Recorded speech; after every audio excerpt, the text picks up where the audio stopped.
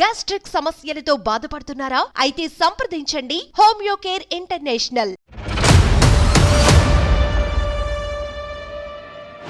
ఎమ్మెల్యేగా గెలిచిన తర్వాత లైఫ్ ఎలా ఉంది? లైఫ్ ఎట్లా ఉంటుంది? మామూలుగా ఉంది. మీరేం చదువుకున్నారు? మేము 10th వరకు చదివి. మరి 10th క్లాస్ చదివిన మీరు రైల్వే కాంట్రాక్టర్గా ఎలా వెళ్ళిపోయారు?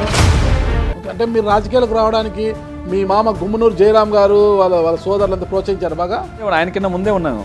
సీనియర్లు వైసీపీలో. మళ్ళా మామకు వెన్నుపోటు పొడవాలని ఎలా అనిపించింది మీకు? 2022లో మా నాయన మా భిక్ష అది అని కొడుకు వర్గాలుగా మాట్లాడితేనే నేను మీ భిక్ష నాకు అవసరం లేదు. ఆ నుంచి మీ వద్ద గ్యాప్ పెరుగుతూ వచ్చింది. మా ఇల్లు ఓపెనింగ్ ఎప్పుడైనా అప్పటి నుంచే మనకి వాళ్ళకి మాకి మధ్య వాళ్ళకన్నా మించి కట్టారు మీరు? తేరాస్యం కట్టలే. మేము 6 మండలాల కార్యకర్తలు వచ్చినారు అంతే. ఆ దూరంతో మీకు టికెట్ వచ్చింది. ఆలూరు నుంచి మహామహుల్ టికెట్ ట్రై చేశారు. పార్టీ చూపు ఎందుకో విరూపాక్షి గారి మీదే ఉండిపోయింది. వాల్మీకి లేరు కదా. అంటే జయరాం గారు వాల్మీకే కదా. ఫెయిల్యూర్ అయిపోయినారు కదా. ఏ విధంగా ఫెయిల్యూర్ అయ్యారు?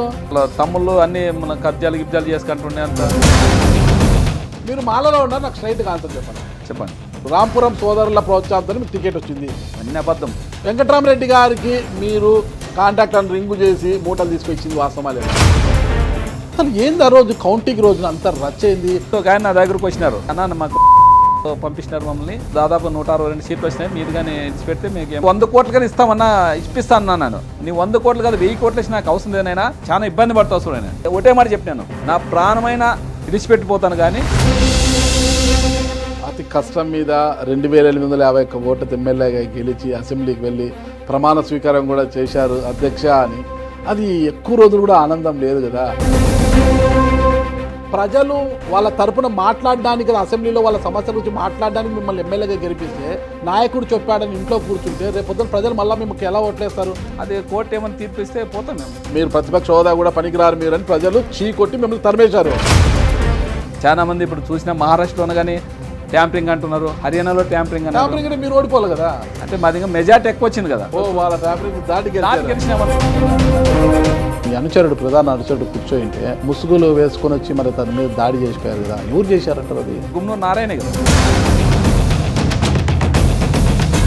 2029లో మీ మామకు టికెట్ వచ్చి మీ మామ మీద గెలుస్తారా? ఎవరని కదా, చంద్రబాబు నాయుడు వచ్చినా మా ఆలూరులో మేమే గెలుస్తాం, వైసీపీ గెలుస్తాం. ఆలూరు ఎమ్మెల్యే విరూపాక్షి గారు, కానీ అనధికార ఎమ్మెల్యే గుమ్మనూరు జయరాం గారు అంటున్నారు. మీరు పోయి గాలిమరాలు దాని వాళ్ళ మీద 3 కేంద్రాల మీద దాడులు చేసి విచ్చలవిడి చేసి దౌర్జన్యాలు. మా ఎమ్మెల్యే చెప్తే పిలిచినారు రారా అని ఆఫీస్కి తాళాలు వేసినారు అంతే. టీడీపీ ఇన్ఛార్జిగా ఉన్న వీరభద్రగౌడ్ గారు, ఆయన మీరు చీకటి ఒప్పందాలు ఉన్నాయి, రాత్రి 10 తర్వాత ఇద్దరు నీకు 60 నాకు 40 అన్నట్టుగా. ఆలూరు కాన్స్టిట్యూన్సీ చాలా దరిద్రంగా ఉంది. 3 సార్లు గెలిచాడు కదా, అంత దరిద్రంగా ఉందని ఎలా మాట్లాడారు ఆ పదం మీరు? ఏ మండలానికని పోదాం, ఏదైనా ఒక రోడ్డు ఉందని చూపినాయి. అల్లుడు నువ్వు ఆడుంటే ఇట్లా అసెంబ్లీకి వెళ్ళలేవు, తెలుగుదేశం పార్టీలోకి వచ్చేసి హ్యాపీగా నీకు ఒక 20 కోట్ల 30 కోట్ల ఇప్పిస్తాను, నిధులు ఇప్పిస్తాను, బాగా వర్క్ చేసుకుంటూ డెవలప్మెంట్ చేసుకుంటూ అంత కలిసిమెలిసి ఉంటామంటే కండువా మారుస్తారా లేదా? నా ప్రాణం ఉన్నంత వరకు కండువా మార్చే ప్రసక్తి లేదు. అట్లా వాళ్ళు చాలా మందిని చూస్తాను. మీ మామ కూడా గతంలో ఇదే మాట చెప్పాడు. Welcome to Suman TV. నేను మీ నాగరాజ్ బైర్శెట్టిని. ఈరోజు ఈ ప్రోగ్రాం మనకు స్పాన్సర్ చేస్తుంది ఎకో తేజస్ విద్యుత్ వాహనాల సంస్థ. ఇకపోతే ఉమ్మడి కర్నూలు జిల్లా ఆలూరు నియోజకవర్గ ఎమ్మెల్యే బుసినే విరూపాక్షి ఇంటి వద్ద ఉన్నాము. అది ఎక్కడో కాదండి, ఉమ్మడి కర్నూలు జిల్లా ఆలూరు నియోజకవర్గ పరిధిలోని తన సొంత మండలం చిప్పగిరి మండల కేంద్రంలో ఆయన ఇంటి ముందు ఉన్నాము. మామూలుగా ఇప్పుడు ఎమ్మెల్యేలుగా గెలిచినట్టునే ఎమ్మెల్యేలందరూ కూడా పెద్ద పెద్ద సిటీస్లో, కర్నూలు జిల్లా వాళ్ళు అయితే ఎక్కువగా కర్నూలులోను లేదంటే నంద్యాలలోనూ ఎక్కువగా కాపురం ఉంటారనమాట. అంటే గ్రామీణ ప్రాంతాల్లో కాపురం ఉండే ఎమ్మెల్యేలు చాలా అరుదుగా చూస్తుంటాం మనము. అయితే బుసినే విరూపాక్షి గారు ఎమ్మెల్యేగా గెలిచినప్పటికీ కూడా ఇక్కడ తన స్వగ్రామమైన చిప్పగిరిలోనే తన సొంత ఇంట్లోనే ఉంటున్నాడు. గుంతకల్లో కూడా ఆయనకు ఒక ఇల్లు ఉంది. ఆయన కూడా ఆయన ఇక్కడే ఫ్యామిలీతో ఇక్కడే ఉంటాడు చిప్పగిరి మండలంలో. అంటే తాను నమ్ముకున్న మండల ప్రజల కోసం కావచ్చు, నియోజకవర్గ ప్రజలకు అందుబాటులో ఉండే విధంగా ఇక్కడే ఉంటాడు. ఒక్కసారి ఇల్లుని చూడొచ్చు మనం అవుట్ సైడ్. పక్కా అంటే గ్రామీణ వాతావరణము కొట్టొచ్చినట్టు కనిపిస్తుంది. పచ్చటి చెట్లు, పూల మొక్కలు అవన్నీ కూడా. రైల్వే కాంట్రాక్టర్ కాబట్టి బాగా సంపాదించి ఉంటాడు, పెద్ద పెద్ద భవంతుల్లో ఉంటాడు అనుకున్నా. కానీ ఇప్పటికీ కూడా ఒక సాదాసీదా ఇల్లు అనమాట. ముందరంతా కూడా రేకులు, వెనకాల మిద్దె ఉంది. ఒకసారి మనం ఇంట్లోకి పోయి చూడొచ్చు. ఇక్కడంతా కూడా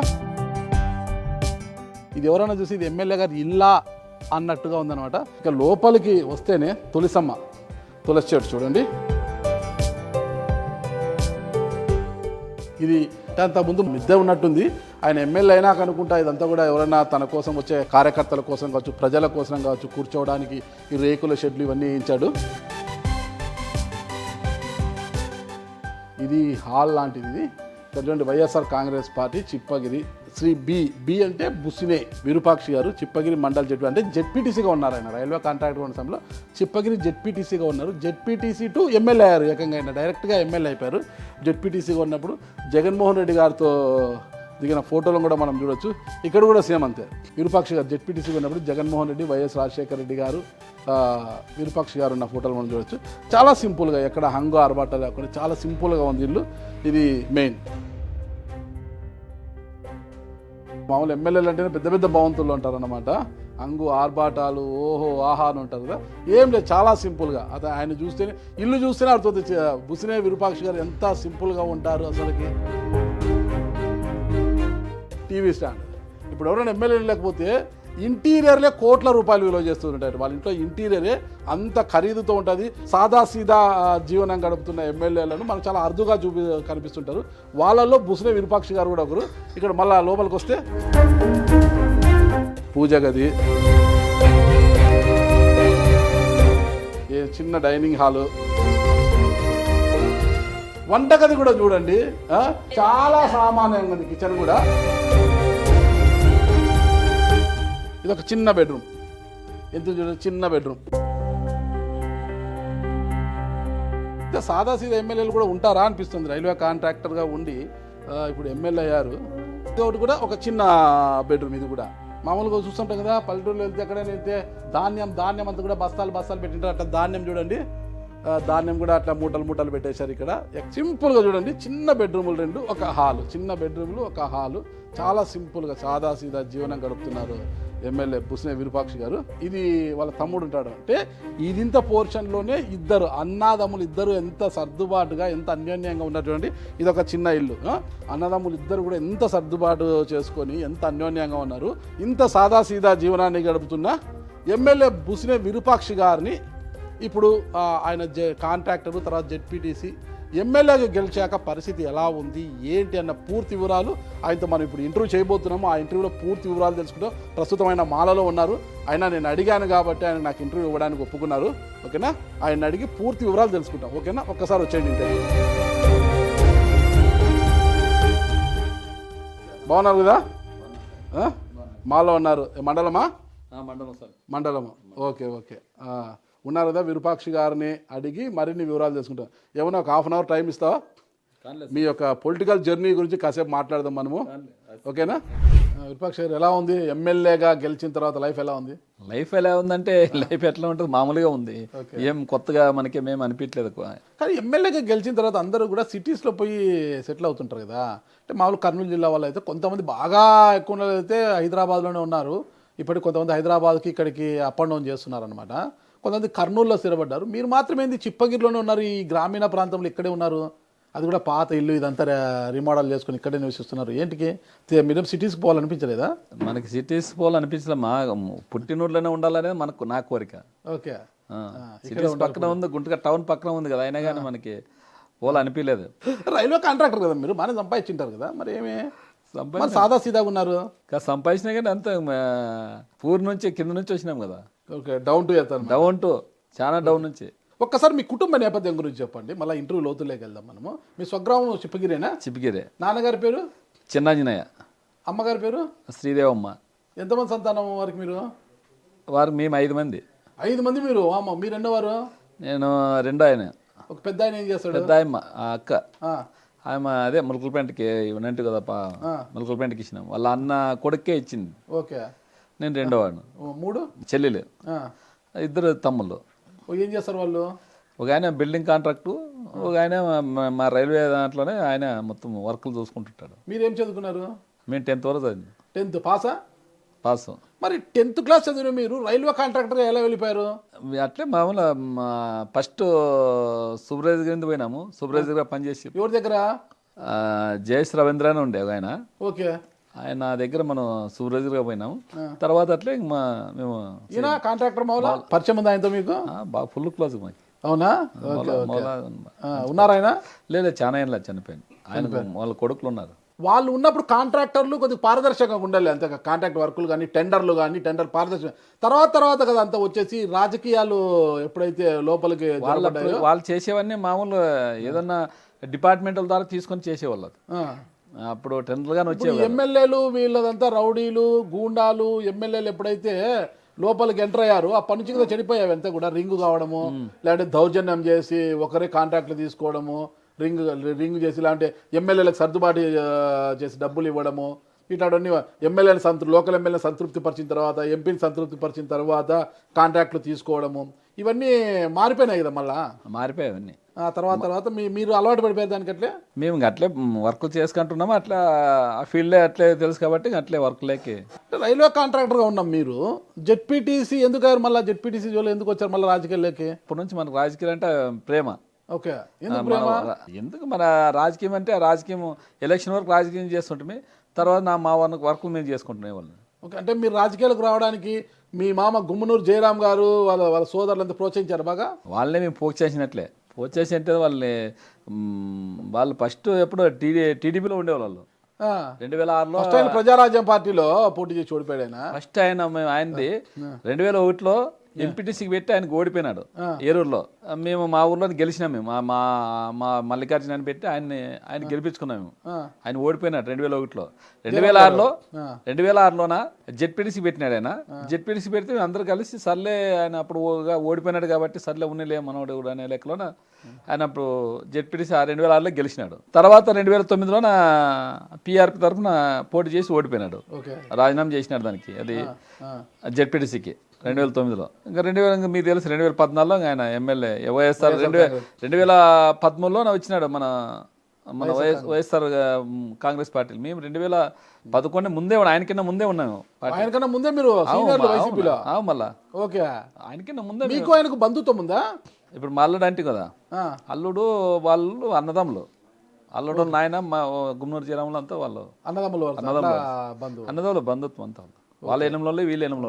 మరి జెడ్పీటీసీగా ఉన్న మీరు ఒక్కసారిగా ఎమ్మెల్యే కుర్చీలో వచ్చి కూర్చున్నారు, ఎలా సాధ్యమైంది? అది ఎలా సాధ్యం? ప్రజలు ఓటేసి గెలిపించినారు. జగన్ దృష్టిలో ఎలా పడ్డారు? వైఎస్ జగన్ గారి దృష్టిలో ఎలా పడ్డారు మీరు అసలు జెడ్పీటీసీ? ఫస్ట్ మనకు పునాది అంటే 19లో ఆయన గెలిచినాడు, మంత్రి అయినారు.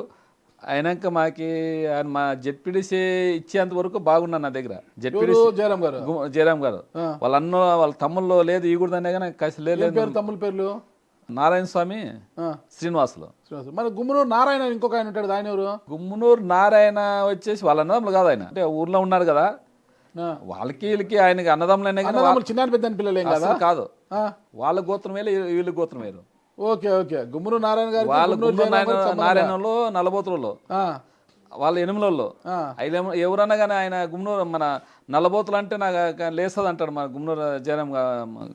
అదే నల్లబోతులకి వాళ్ళు వచ్చి వాళ్ళ ఊర్లోనా. ఎవరు నల్లబోతులా? గుమ్మనూరు నారాయణ వాళ్ళు నల్లబోతులా, జయరాం వాళ్ళు ఎనుముల. ఓకే, వాళ్ళ ఊర్లో కదా ఫ్యామిలీ మామూలు ముగ్గురే దగ్గర ఉన్నారు. ఆయన తమ్ముడు ఆయనకి గుత్తి ఇన్ఛార్జ్ ఇచ్చారు, గుత్తి మున్సిపాలిటీ మొత్తం ఇన్ఛార్జ్ ఇచ్చారు. ఆయనే మొత్తం చక్రం తిప్పుతుంటాడు కదా అక్కడంతా కూడా. ఆయనదే హవా కదా అంతా కూడా గుమ్మనూరు జయరాం గారు తమ్ముడు. వాళ్ళు మనకి అవన్నీ తెలియదు మనకి. వాళ్ళ ఫ్యామిలీ మ్యాటర్ మనకి ఎట్లా తెలుస్తుంది? ఓకే, ఆయన ముందు పెట్టుకున్నారు. ఆయన అన్నదమ్ములు అయితే కాదు, అనుకుంటున్నారు. గుమ్మనూరు జయరాం గారి అన్నదమ్ములు గుమ్మనూరు శ్రీనివాసులు, గుమ్మనూరు నారాయణ స్వామి, వాళ్ళ ముగ్గురు అన్నదమ్ములు. Okay okay. మరి నారాయణ స్వామి శ్రీనివాసులు పెట్టుకొని నారాయణకి గుత్తి మున్సిపాలిటీ ఇన్ఛార్జ్ ఇచ్చాడేనా జయరాం గారు? ఎందుకు మనకి అట్లా మనం ఎందుకు వాళ్ళ దాంట్లో? అది మీ మామ కదా, మామకు వెన్నుపోటు పొడవాలని ఎలా అనిపించింది మీకు? నేను వెన్నుపోటు పోలేదే. మరి మామని తప్పించి మీరు ఎమ్మెల్యే కుర్చీలోకి ఎలా వచ్చారు? అసలు నాకు తెలియదు ఎమ్మెల్యే టికెట్. అసలు ఆయన వాళ్ళే తెప్పించినట్లు నాకు. ఎందుకు వాళ్ళే తెప్పించారు? ఇప్పుడు నేను 2020లో మార్చిలో నాకు ఇచ్చినాడు. అది ఏకగ్రమే మా మండలంలో.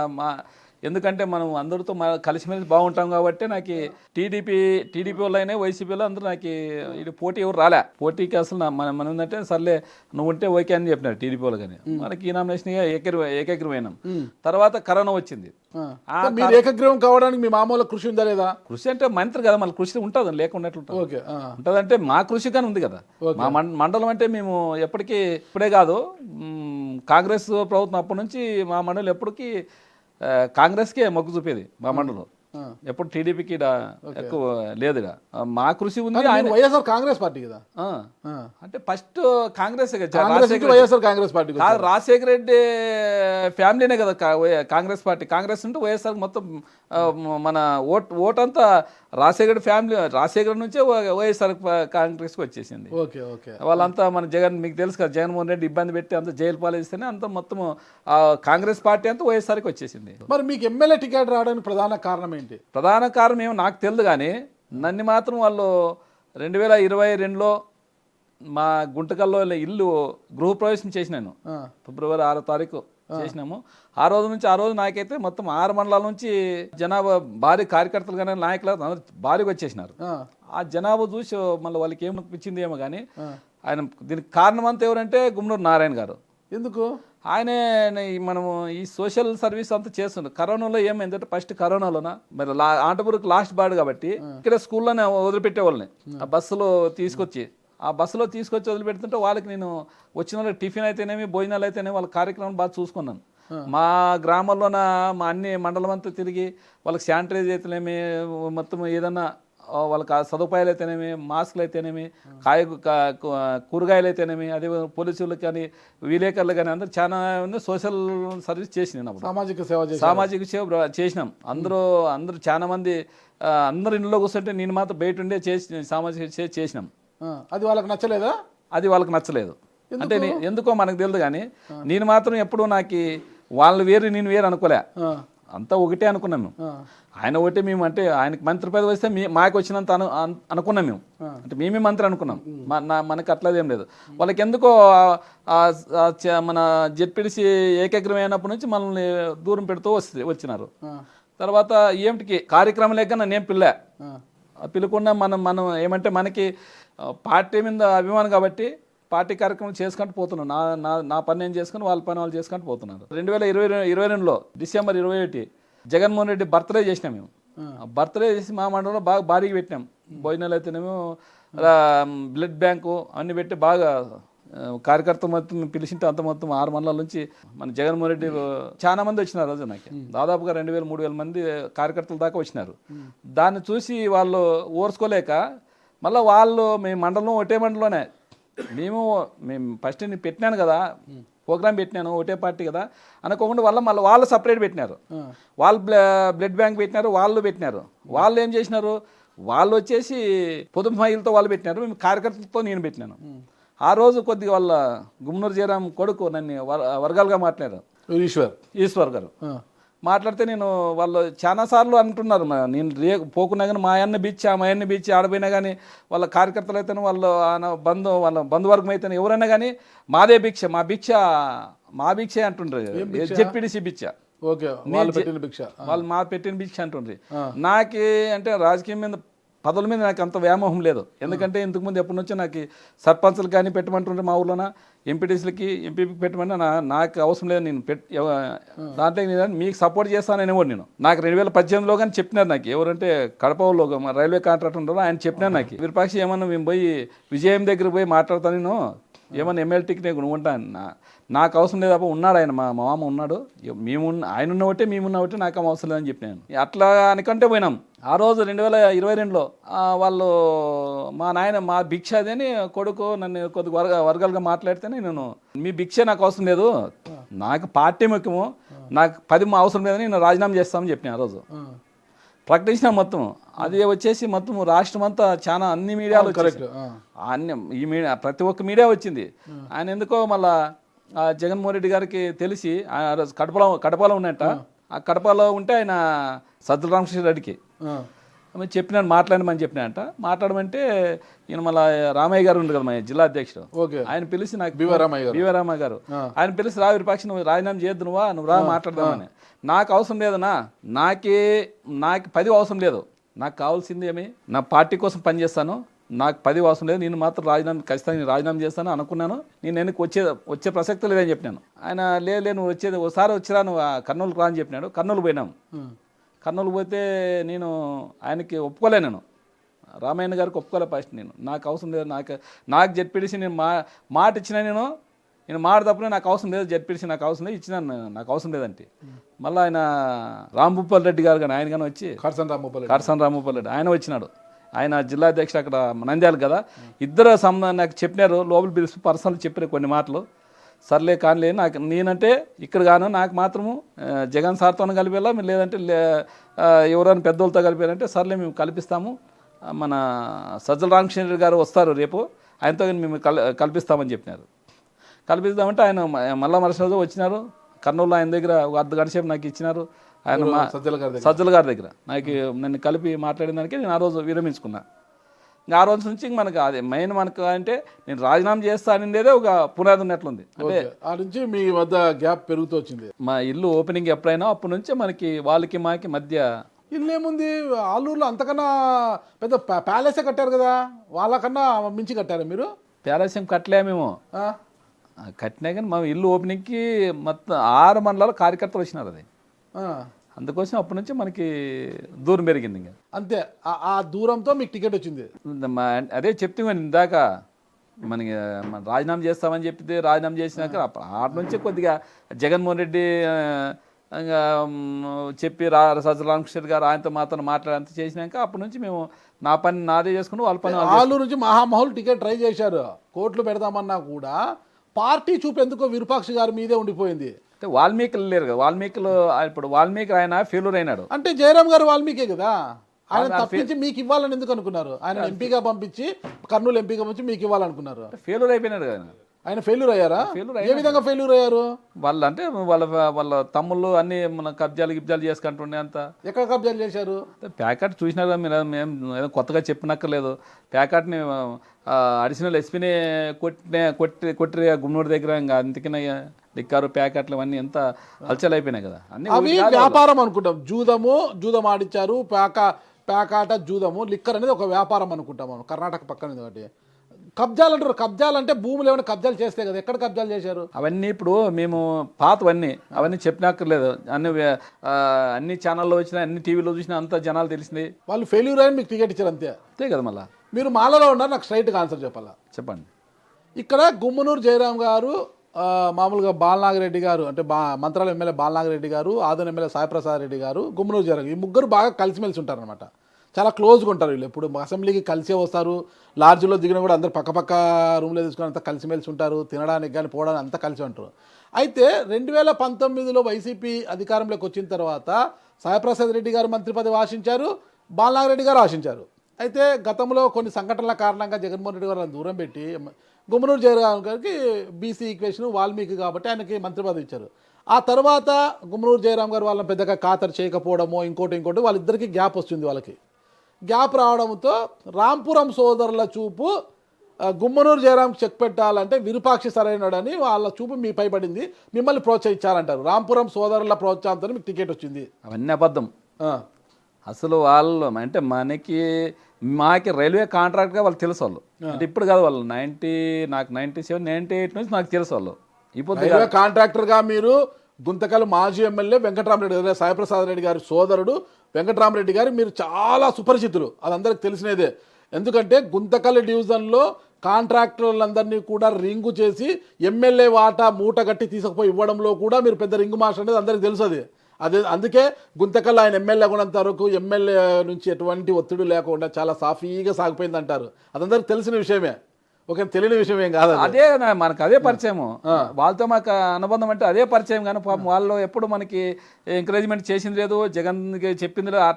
అట్లా అనుకుంటే చాలా మందిని జగన్మోహన్ రెడ్డి వాళ్ళు చెప్తే వింటారని మీరు ఎట్లా అనుకుంటారు? అంటే వాళ్ళ ఫ్యామిలీ పెద్దది కదా, ముందు నుంచి కూడా వాళ్ళ నాన్న ఉన్నప్పటి నుంచి రాజశేఖర రెడ్డి గారితో, వాళ్ళ కొనకొండ శివరామరెడ్డి గారికి రాజశేఖర రెడ్డి గారితో ఉన్న పరిచయం, తర్వాత జగన్మోహన్ రెడ్డి గారికి. ఎందుకంటే వాళ్ళ 5 మంది అన్నదమ్ముళ్ళు కూడా కలిసికట్టుగా ఉంటారు, పెద్ద ఫ్యామిలీ, రాజకీయంగా పెద్ద ఫ్యామిలీ, అందరూ పంచుకున్నారు, ఊళ్ళు పంచుకున్నారు అనమాట. వాళ్ళు పెద్ద ఫ్యామిలీ కాబట్టి కొంత సఖ్యత ఉంది ఆ ఫ్యామిలీతో. బాగుంది అంటే వాళ్ళ అమ్మగారికి కూడా వైఎస్ గారి ఫ్యామిలీతో బాగా మంచి సంబంధాలు ఉన్నాయి కదా, అట్లా వాళ్ళ మాట చెల్లింది అంటారు. అదేం అబద్ధం. అవి వెంకటరామరెడ్డి గారికి మీరు కాంట్రాక్ట్ రింగు చేసి మూటలు తీసుకొచ్చింది వాస్తవా లేదా? రింగులో మూటలు తీసుకుపోయేది అవన్నీ మామూలు అవన్నీ బయట చెప్పేవి కదా అవన్నీ. ఇప్పుడు నేను ఒకటే కాదు కాంట్రాక్ట్, చాలా మంది కాంట్రాక్ట్లు ఉన్నారు. ఇప్పుడు ఏదైనా మీరంట కదా రింగ్ మాస్టర్ అట్లా కాదు. కాంట్రాక్ట్లు అంటే ఎవరికన్నా 10 రూపాయలు మిగులుతుందంటే ఎవరైనా కానీ పోయి ఇస్తారు.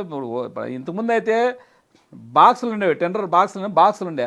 అక్కడ బాక్సులు ఉండి లోకల్లో ఇక్కడ లోకల్లో మాత్రమే ఉంటుండే. ఆ లోకల్లోకి అందరూ కలిసి మాట్లాడే పెద్ద మనిషి మాదిరి నువ్వు ఈసారి నువ్వు వేసుకొని నెక్స్ట్ ఇంకోటి ఆయన వేసుకుంటానని చెప్పే విధంగా ఈ తలాకు వర్క్ చేసే విధంగా ఆయన చేస్తున్నాడు.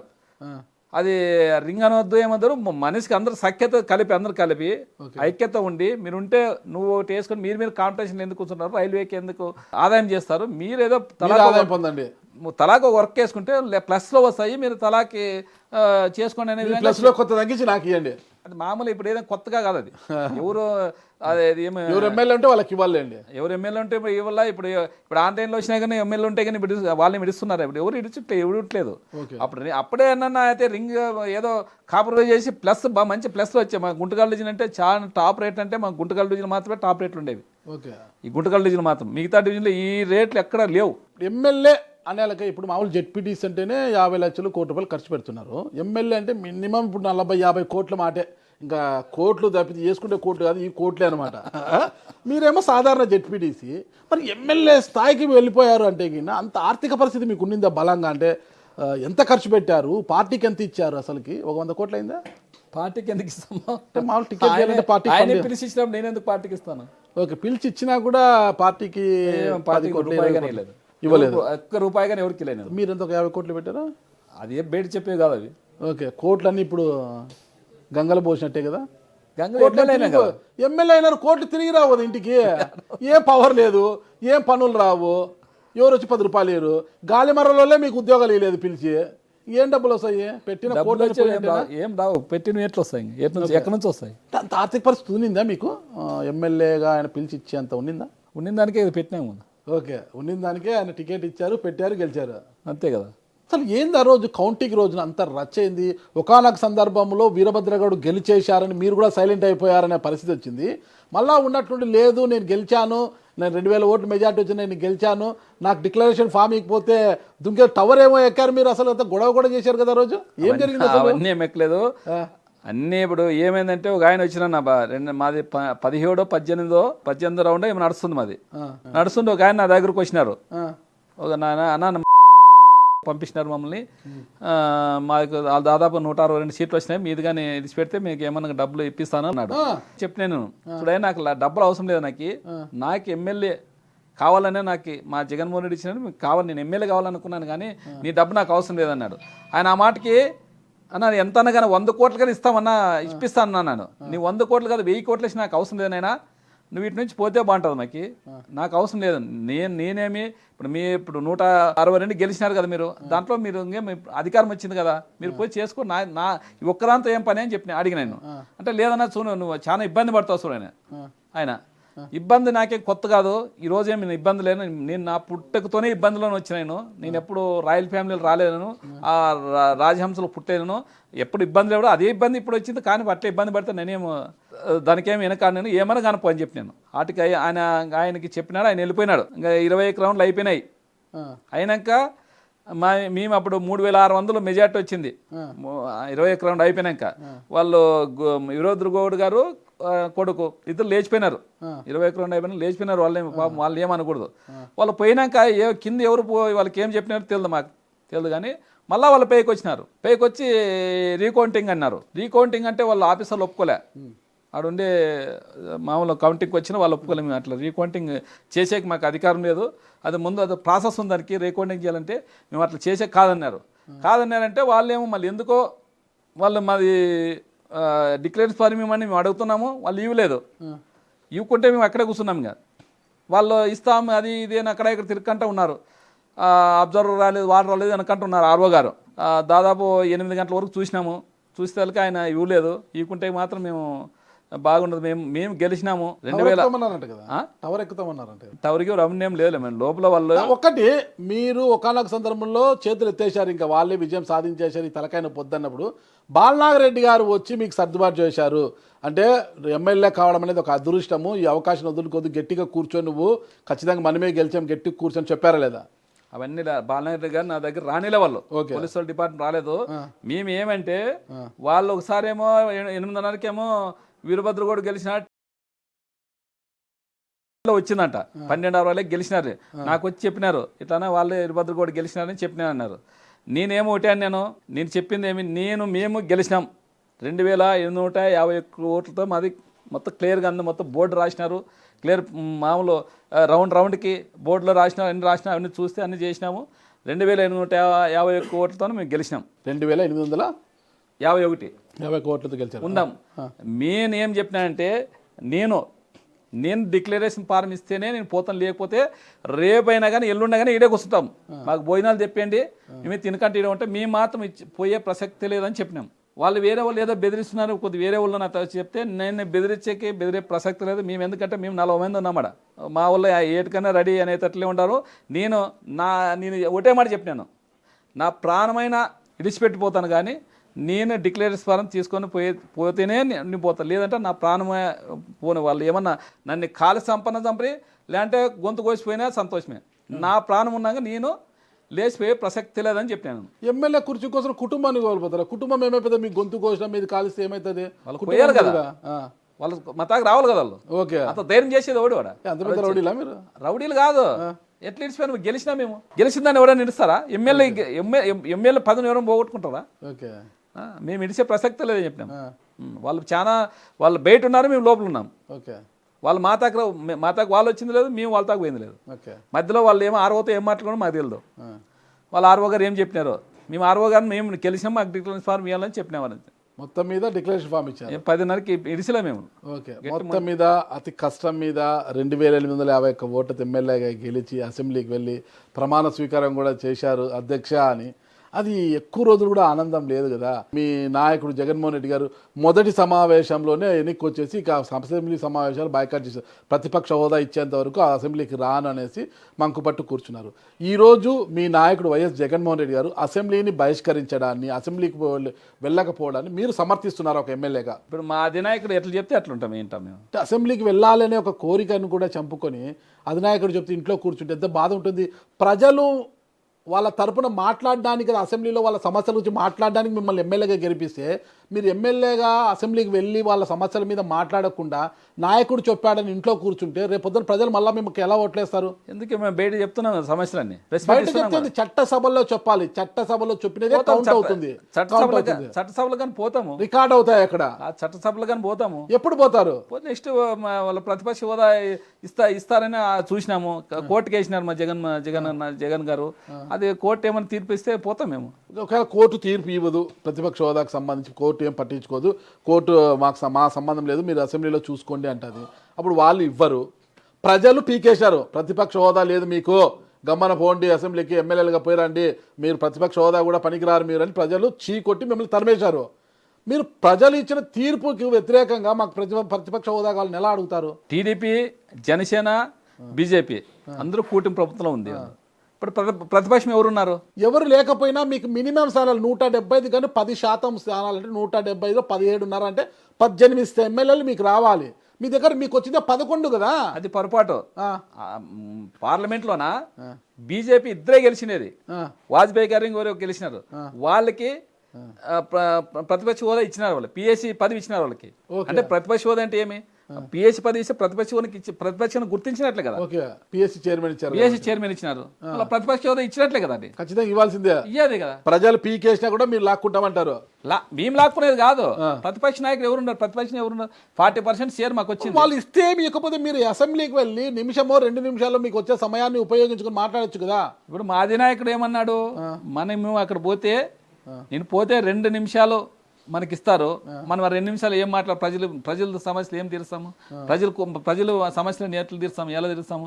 మనకి ప్రతిపక్ష హోదా ఇస్తే మా ప్రజలతో పోట్లాట చేస్తాము, ఏమున్నా మా ప్రజల కోసం అంతా వినిపిస్తామనేది కానీ మా జగన్ అన్నారు. దాని తప్పేముంది, ఇచ్చే వాళ్ళకి ఏముంది, వాళ్ళు పిల్లలు ఇవ్వచ్చు కదా, వాళ్ళకి తప్పే. ప్రతిపక్ష హోదాని ఇవ్వరు, మీ నాయకుడిని బుజ్జగించి సార్ మన అసెంబ్లీకి వెళ్తాము, వెళ్ళి 4 మాటలు మాట్లాడతాము, ప్రజలు మనల్ని గెలిపించారు కదా అని ఏమన్నా హితబోధ చేస్తారా మీ బాస్కి? ఇప్పుడు మనం ఆ హితబోధ చేసేంత ఇంత పెద్ద నాయకుడు కాదు నేను, ఫస్ట్ సారి ఎమ్మెల్యే అయినా నేను. ఇంకా పెద్దలు ఉన్నారు, పెద్దలు రామచంద్ర గారు, బొత్స సత్యనారాయణ గారు, అట్లా వాళ్ళు ఉన్నారు, వాళ్ళ వాళ్ళు మాట్లాడతారు. అట్లా పెద్దలు అసెంబ్లీకి పోవడం లేదు, ఓకే సరే, ఇక మీ నాయకుడు ఎప్పుడు తీసుకెళ్తాడో, మీరు మళ్ళీ సమర్థిస్తున్నారో లేదో మాకు అర్థం కాదని 11 మంది ఎమ్మెల్యేలు మాత్రమే గెలిచి ఆ 11 మందిలో మీరు ఒకరు ఉన్నారు కదా, అధినేత దృష్టిలో పడుతుంటారు. ఎలా ఉంది అసలు విరూపాక్ష గారికి? అది మాత్రం చాలా హ్యాపీగా ఉంది మాకు, చాలా హ్యాపీ. మా అధినాయకులతో ఇప్పుడు ఎట్లా అంటే 160-151 మంది ఉన్నప్పుడు వాళ్ళ తాకి కలిసి ఇవ్వలేదు తెలియదు, నాకు తెలియదు. కానీ నేను మాత్రం ప్రతిసారి మా జగన్ సార్ ఎన్నుకుంటే నాకు చాలా హ్యాపీగా ఉంది, చాలా థ్రిల్గా ఉంది మనిషికి.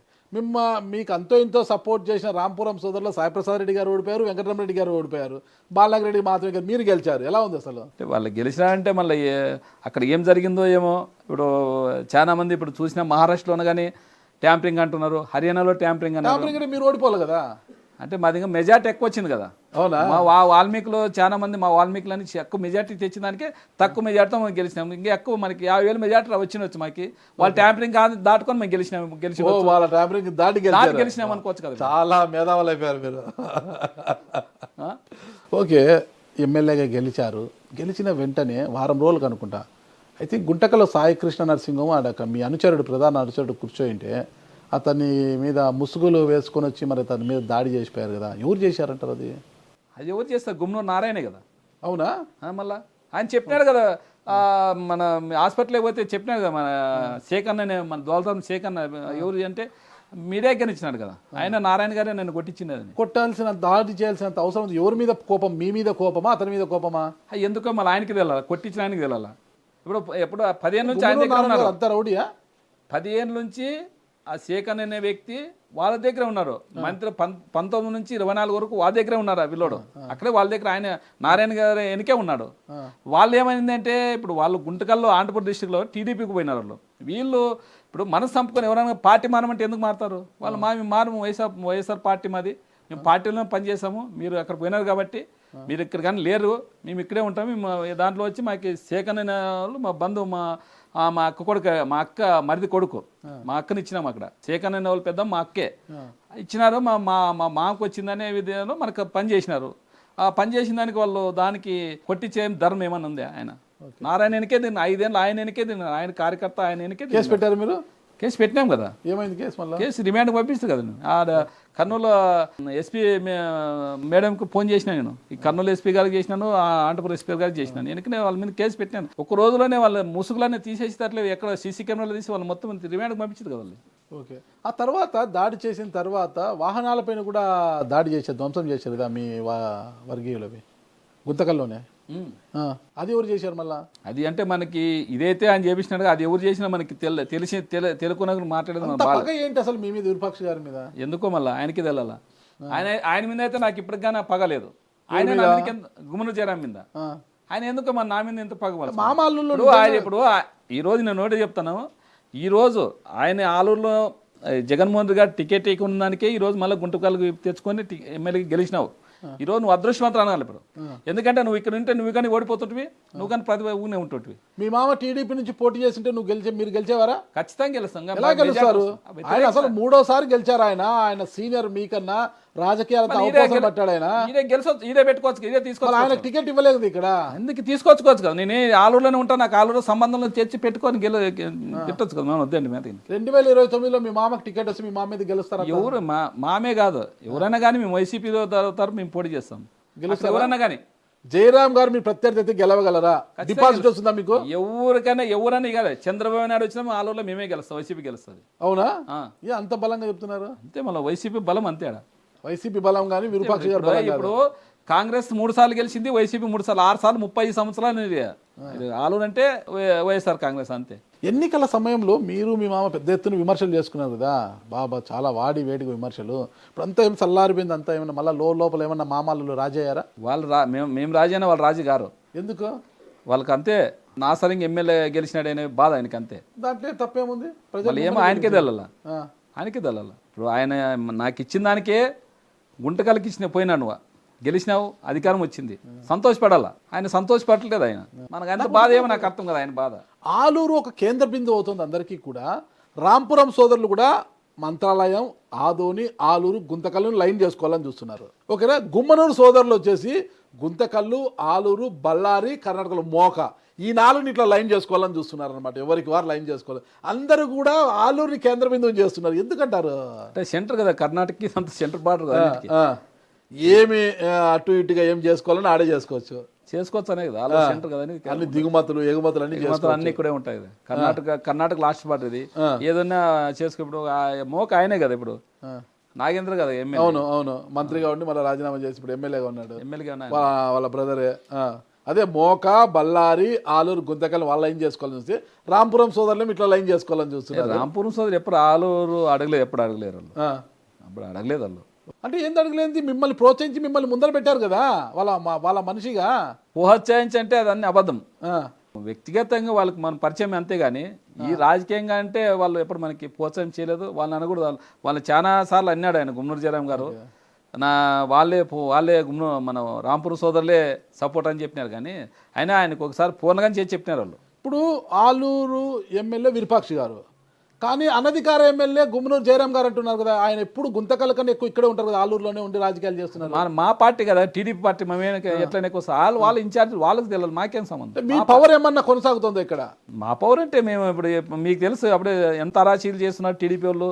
పవర్ సాగనిస్తారు, మమ్మల్ని సాగనిస్తారు. అప్పుడు చూస్తున్నారు మీరు. కానీ రాష్ట్రంలో 170 కాన్స్టిట్యూన్సీలోని ఎంత వివత్సం చేస్తున్నారు, ఎంత అలజడి చేస్తున్నారు, ఎంత ఇబ్బంది పెడుతున్నారు. మీరేం బీభత్సం చేయడం లేదా? ఎవరు అధికారంలో ఉన్నోళ్ళు అంత బీభత్సం చేస్తే పట్టుమని 15 మందిలో 11 మంది ఎమ్మెల్యేలు ఉన్న మీరు, ఈ ఏరియాలో మీరు ఒకటే ఎమ్మెల్యే అడిగితే బాలనాగర్ గారు, మీరు పోయి గాలిమరాలు దాని వాళ్ళ మీద 3 కేంద్రాల మీద దాడులు చేసి, విచ్చలవిడి చేసి, దౌర్జన్యాలు చేసి, అబద్ధం. అధికార పార్టీ వాళ్ళు చేస్తే ప్రతిపక్షంలో మీరు చేసి వాళ్ళు చేయరా? అది అబద్ధం. అది టీవీలు మొత్తం పేపర్లు అంతా ప్రతిపక్షంలో కేసులు కూడా పెట్టారు. కాదు, ప్రతిపక్షంలో రిమాండ్ పంపించారు కదా. మేము చేసింది ఒకటి ఏం చేసినాము, మా వాళ్ళు అక్కడ గాలిమర్లోన కొన్ని ఉద్యోగాలు ఉన్నాయి. నువ్వు ఎమ్మెల్యే కదా, నువ్వు కానీ మాకి కొంతమందికి ఇప్పండి, వాళ్ళకు 20 మంది ఉంటే మాకు 5 మంది కానీ రావాలన్నా అడిగినారు. అడిగితే నేను కానీ వాళ్ళని ఏజెంట్ని ఫోన్ చేసి అడిగినాను, అన్న కొద్ది రాండి మా వాళ్ళని కానీ కొంతమంది చేర్చుకోండి, దాంట్లోకి ఉన్నాయి కదా గాలిమర్లో మనం ఉన్నాయి కదా చేసుకోవడం అని చెప్పినాను. లేదు వాళ్ళు ఏమన్నారంటే, లేదు వచ్చే ప్రసక్తి లేదు, మా ఇది ఎవరు కాదు ఈ కంపెనీ, గుమ్మనూరు జయరాం కంపెనీ అన్నారు ఆయన. గుమ్మనూరు జయరాం కంపెనీ అంటే సర్లే, గుమ్మనూరు జయరాం కంపెనీ కానీ లేని మా వాళ్ళు ఏం చేసి, మా కార్యకర్తలు ఏం చేసినారంటే, ఒకసారిలే మీరు చెప్తే, మా ఎమ్మెల్యే చెప్తే పిలిచినారు రారా అని వాళ్ళు పోయి ఆఫీస్కి తాళాలు వేసినారు అంతే. ఆఫీస్కి తాళాలు వేయడం కూడా విధులకు ఆటంకం కలిగించడం ట్రెస్ పాస్ అవుతుంది కదా. అది విధులకి ఏం కాదు, విధులకి ఏమవుతుంది, తాళాలు వేస్తే వాళ్ళు ఎట్లా వర్క్ చేసుకుంటారు? ఓ రోజు చేసి ఏమైనా మొత్తం మునిగిపోతాయా? ఎందుకు చేయాలా? మీరు ఏజెంట్ రావాలి కదా, మా కార్యకర్తలు, వాళ్ళ కార్యకర్తలు పోయి వేసినారు, మా వాళ్ళు మేము కాదు పోలేదు, కార్యకర్తలే. మీ వాళ్ళకు ఉద్యోగాలు లేకపోతే దాడులు అన్ని పగలు కొట్టేశారు. మీరే అంటున్నారు కదా, గుమ్మనూరు జయరాం గారు గుంటకల్ ఎమ్మెల్యే, మళ్ళీ ఆయన వర్గీయులు మొత్తం మీరు పని చేసి ఎట్లా ఒప్పుకుంటాం? మేము ఎట్లా ఒప్పుకునేది? మా కార్యకర్తలు ఉన్నారు కదా, మేము మాకు అధికారంలో ఉన్నారు, ఏమని చేస్తారు? వాళ్ళ గుంటకల్లో చేసుకోవాలి కదా ఆయన. అది ఇక్కడ కూడా అధికారం వాళ్ళదే కదా, వాళ్ళదే. మేము ఎమ్మెల్యే కదా ఇక్కడ. కనీసం మేము 20 మందిలో 15 మంది వాళ్ళు పెట్టుకుని 5 మంది మా వాళ్ళకి ఇమ్మన్నాం కదా. ఇప్పుడు మీరు ఒక పోలీస్ స్టేషన్కో, ఒక ఎంఆర్ ఆఫీస్కో, ఎంపీడీ ఆఫీస్కో ఫోన్ చేస్తే, మీరు చేసిన మీ తర్వాత వీరభద్రగౌడ్ గారు కావచ్చు, గుమ్మనూరు జయరాం గారు ఫోన్ చేసి ఎవరి మాట ఎక్కువ చెల్లుతుంది? అధికారంలో వాళ్ళ మాట చెల్లుతుంది, నా మరి వాళ్ళ మాట చెల్లుతుంది కదా. వాళ్ళ మాట చెల్లుతుంది కదా, వాళ్ళు పోయినారు అక్కడికి. మరి మీరెందుకు పోయినారు దాడులు చేసేకి? భయం లేదా? అధికార పార్టీ వాళ్ళు మన మీద కేసులు పెడతారనేసి. దాడి చేసే పోలేము. దాడి చేశారు కదా. దాడి చేయలేదు, అది చేసింది ఎవరు? టీవీలను చూపించాయి కదా, మొత్తం పగలు కొట్టి. దాడి చేసింది ఎవరు? గుమ్మనూరు నారాయణ. ఆయన ఎందుకు చేస్తాడు? మళ్ళీ వాళ్ళదే కదా కంపెనీ, అది వాళ్ళ కంపెనీలో ఆయనే దాడులు చేసుకుంటారు. మళ్ళీ మా మీద కేసులు పెట్టేకి. ఓకే, ఇప్పుడు అది మా వాళ్ళు కేవలం తాళాలు వేసినారు. దానికి పోయి తాళాలు వేసింటే ఈయన పోయి వెనుక నుంచి పోయి మొత్తం ఆడ ఫర్నిచర్ను, ల్యాప్టాప్లు, మొత్తం చైర్లు గీరు అని మొత్తం పలుకొట్టింది ఆయనే కదా, నారాయణ కదా. నారాయణ చేసి వీడియోలు తీసి అంతవరకు ఏమో తీశారా? ఆ వీడియోలు వాళ్ళు తీసినారు కదా. మీరు తీసి మళ్ళీ చట్టానికి సమర్పించవచ్చు కదా పోలీసులకు. మా వాళ్ళు వెళ్ళిపోయినారు, మా వాళ్ళు లేరు కదా అప్పుడు. ఆడ తాళాలు వేసినా మా ఎమ్మెల్యేతో మాట్లాడమని చెప్పారు. గుమ్మనూరు నారాయణ అన్ని పాల్గొడితే మీ వాళ్ళు ఎందుకు రిమాండ్కి పంపించారు అరెస్ట్ చేసి? అదే ప్రతిపక్షం ఉంది దానికి కదా. తాళాలు వేసేకి ఏమనంటే స్టేషన్ బెయిల్ ఇస్తారు, కేసు పెట్టలే సంతోషం. స్టేషన్ బిల్ ఇస్తారు కదా, వాళ్ళు అవన్నీ చేసి మొత్తం బీభాసం చేసి మన పలగొట్టేసి ల్యాప్టాప్లు కొత్త ల్యాప్టాప్లు వాళ్ళు గోడాడుతున్నారు ఇప్పుడు. అది చేసినానికే గుమ్మనూరు జయరాము అని ఆడ లేదు కదా వాళ్ళ కంపెనీ. ఇప్పుడు విరూపాక్ష గారికి మంది కొత్త ఏజెన్సీ వచ్చింది, కొత్త ఏజెన్సీ వచ్చింది. కొత్త ఏజెన్సీ వచ్చింది. వాళ్ళు ఇప్పుడు అక్కడ ఉన్న వాళ్ళకి 3,000 రూపాయల శాలరీ కానీ పెంచినారు వాళ్ళు. కొత్త ఏజెన్సీ వచ్చి ఇప్పుడు నా నుంచి లాభమే కదా, ఇప్పుడు మా ఎమ్మెల్యే నుంచి లాభమే కదా వాళ్ళు అనుకుంటున్నారు. ఇప్పుడు కావాల్సిన మీరు ఒకసారి మీరు కానీ పోదాం అక్కడ పోయి, ఖచ్చితంగా పోదాం అక్కడ ఖచ్చితంగా పోయి అడుగుదాం అక్కడ. విరూపాక్ష గారికి మంది మార్బలం ఎక్కువ ఉంటుంది. గతంలో కూడా గుమ్మనూరు జయరామకి ఎప్పుడు అవసరమైన మనుషుల్ని పంపించేవారు. అందుకే విరూపాక్ష గారిని డైరెక్ట్గా అటాక్ చేయరు అంటుంటారు, వాస్తవమేనా? మంది మాల్బరం అంటే లేదు, కార్యకర్తలు ఉన్నారు అంతా. మనమంతా మేమంతా మండలంలో ఫ్యామిలీ ఉన్నట్ల. ఇప్పుడే కాదు, చాలా ఏళ్ళ నుంచి. ఇప్పుడు మన జైలుపాట సంజయ్ గారు ఉంటారు, మీకు తెలిసి ఉంటుంది. ఆయన ఇప్పుడు లేరు. మేము అప్పటి నుంచి మేము ఈ ఏరూరు అయితేనేమి, దేవులపాట అయితేనేమి, చిప్గిరి అయితేనేమి, ఇవన్నీ గ్రామాలు మేమంతా ఒకటిగా ఉంటాం.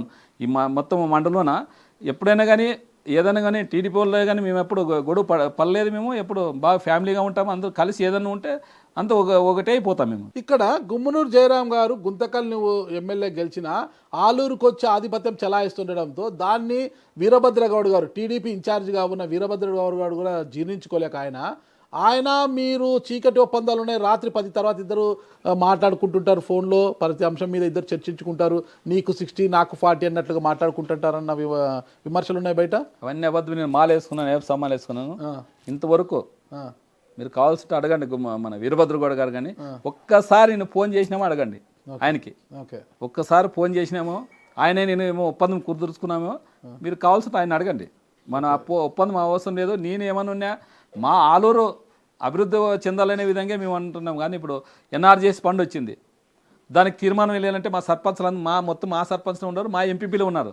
మనకి ఎవరైతేనే ఎవరు చేసినా మనకి మీరు తీర్మానాలు ఇవ్వండి. మనకి ఏదైనా ఆలూరు డెవలప్మెంట్ కావాలనేది నా ధ్యేయం. నేను పోయింది కానీ ఎలక్షన్లో ఎన్నికల్లో నేను చెప్పింది కానీ ఒకటే చెప్పినాను, రోడ్లు నీళ్ళు లేపిస్తాను నుంచి. నా జగన్ సార్ కానీ 3 సార్లు నాకు ఇన్ఛార్జ్ ఇచ్చినా 3 సార్లు పోయి కలిసిన 3 సార్లు ఇదే చెప్పినా, సార్ ఆలూరు కాన్స్టిట్యూన్సీ చాలా దరిద్రంగా ఉంది, రోడ్లో అయితేనేమి నీళ్ళు అయితే అస్సలు లేవు, మీరు దయచేసి ఆలూరు మీద మనం గెలిచినాక ఖచ్చితంగా కాన్సన్ట్రేట్ చేసి దాని నిధులు ఇవ్వాలనే అది. 3 సార్లు గెలిచాడు కదా, అంత దరిద్రంగా ఉందని ఎలా మాట్లాడారు ఆ పదం మీరు? నా వెహికల్ వస్తున్నావా, ఏ మండలానికన్నా పోదాం, ఏదైనా ఒక రోడ్డు ఉందని చూపి నాకు. ఆయన మంత్రి కదా, 5 ఏళ్ళు మంత్రిగా చేసిన కదా, మేము తీసుకొని పోతాం ఏ మండలానికన్నా. Development care of Gummanur Jayaram గారు అంటారు. వాళ్ళు డెవలప్మెంట్ అయినారు అంతే తప్ప వాళ్ళ ఫ్యామిలీ వాళ్ళ అన్నదమ్ములు డెవలప్మెంట్ అయినారు కానీ వాళ్ళు ఎవరు డెవలప్మెంట్ చేసిందే ఎవరు చేయలేదు. ఓకే, ఇప్పటికీ చాలా సామాన్యంగా ఉంటారండి వాళ్ళు ఎక్కడ డెవలప్ అయ్యారు? కాలేరా, ఎక్కడ డెవలప్ అయ్యారు చెప్పండి. చాలా సామాన్యంగానే కనిపిస్తారు నాకు వాళ్ళు. మళ్ళీ డెవలప్మెంట్ కంటే సంతోషంలే, ఇంకా దానికి మీరు దానికి సమర్థించిన అంటే సంతోషమే. మీరు ఇంకా గాలి మరల మీద దాని మీద దాడి చేసి మీరు డెవలప్ అయ్యారేమో అనిపిస్తుంది నాకు. గాలిమన్ డెవలప్మెంట్ చేసి కాదు, మీరు పోయండి, మీరు ఉంటారు, మీ ఛానల్లో ఉంటారు, పోయి అడగండి అక్కడ పోయి. మేము మాకేమైనా రూపాయి ఏమైనా ఇచ్చినారేమో. మేము కేసులు మోసుకొని దానికి ఖర్చులు పెట్టుకున్నాం, ఇంకా మా చేతి నుంచి పడింది. ఇంకా సరే గెలిచినారు, అసెంబ్లీకి వెళ్ళే యోగ్యము లేదు, మీ బాస్ వల్ల అసెంబ్లీకి వెళ్ళే యోగ్యము లేదు, డెవలప్మెంట్ వెళ్ళమనే ఇంకా స్టార్టింగ్ ఇప్పుడు 6 నెలలు అయింది. నెక్స్ట్ పోవచ్చేమో, మా అధినేత కానీ చెప్పొచ్చు, తీసుకొని పోతారు ఆయన కానీ. పోరని ఎట్లా అంటావు నువ్వు? చూద్దాం, మీ అధినేత చాలా మొండోడు అంటారు కదా, మనసు మార్చుకుంటాడు. పోదాము, మీరు మారుస్తారా? మేము చెప్తాము, ఆయన కానీ మనసు మారిపోతుంది. ఏ మూలన్నా ఉందా మీకు అసెంబ్లీకి వెళ్ళాలి మా సార్ ఎప్పుడెప్పుడు ఒప్పుకుంటాడా అనేసి? ఉండేట్లుంటుంది. ఇప్పుడు ఎమ్మెల్యే అయినాక అసెంబ్లీ అంటే దేవాలయం ఉన్నట్టు, అది అక్కడ పోవాలంటే సామాన్యులు పోలేరు కదా. ఒక ఎమ్మెల్యే తప్ప ఎవరైనా పోతారు అక్కడ అసెంబ్లీలో కడగ పెట్టే కాదు కదా. అట్లా ఎమ్మెల్యే పోలని మాకు ఉంటుంది. ఎందుకు మీ మామ జయరాం గారు వచ్చి, అల్లుడు నువ్వు ఆడుంటే ఇట్లా అసెంబ్లీకి వెళ్ళలేవు, జగన్మోహన్ రెడ్డిని అసెంబ్లీకి పంపిడు, వచ్చేయి తెలుగుదేశం పార్టీలోకి వచ్చేసి హ్యాపీగా నీకు ఒక 20 కోట్ల 30 కోట్ల ఇప్పిస్తాను, నిధులు ఇప్పిస్తాను, బాగా వర్క్ చేసుకుంటూ డెవలప్మెంట్ చేసుకుంటూ అంతా కలిసిమెలిసి ఉంటామంటే కండువా మారుస్తారా లేదా? నా ప్రాణం ఉన్నంత వరకు కండువా మార్చే ప్రసక్తి లేదు. ఎందుకు? నేను ఒక సామాన్య కార్యకర్త. నేను అలాంటిది జగన్మోహన్ రెడ్డి గారు నన్ను పిలిచి అట్లా వాళ్ళు చాలా మందిని చూస్తాను. మీ మామ